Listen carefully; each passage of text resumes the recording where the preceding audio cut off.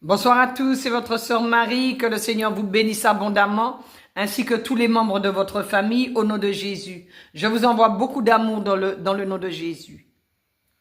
Dans la Bible, il y a deux grands commandements que Dieu veut que nous puissions mettre en pratique.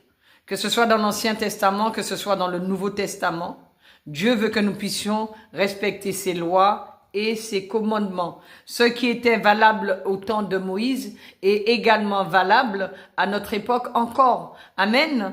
Ce que Dieu demandait à Israël de faire, le Seigneur nous demande également de mettre en pratique ses commandements. Ce n'est pas valable uniquement pour Israël, mais c'est également valable pour nous dans le nom de Jésus. Nous devons respecter les commandements de Dieu. Et nous allons voir deux grands commandements particulièrement que Dieu veut que nous puissions mettre en pratique au nom de Jésus-Christ de Nazareth. Amen.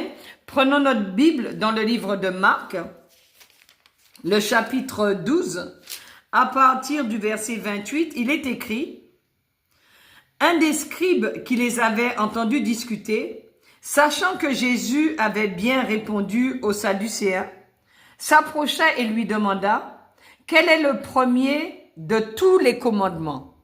Amen. Jésus répondit: voici le premier. Écoute Israël. Le Seigneur notre Dieu est l'unique Seigneur. Et tu aimeras le Seigneur ton Dieu de tout ton cœur, de toute ton âme, de toute ta pensée et de toute ta force. Voici le second. Tu aimeras ton prochain comme toi-même. Il n'y a pas d'autre commandement plus grand que cela. Amen. Prenons notre Bible maintenant dans Deutéronome chapitre 6, à partir du verset 4. Le même commandement a été donné au temps de Moïse. Voilà ce qu'il dit. Deutéronome 6, verset 4. Écoute Israël, l'Éternel notre Dieu est le seul Éternel. Tu aimeras l'Éternel ton Dieu de tout ton cœur, de toute ton âme, de toute ta force. Et ces commandements que je te donne aujourd'hui seront dans ton cœur. Amen. Dieu veut que nous puissions garder ces commandements dans notre cœur. Il veut que ces commandements demeurent dans notre cœur.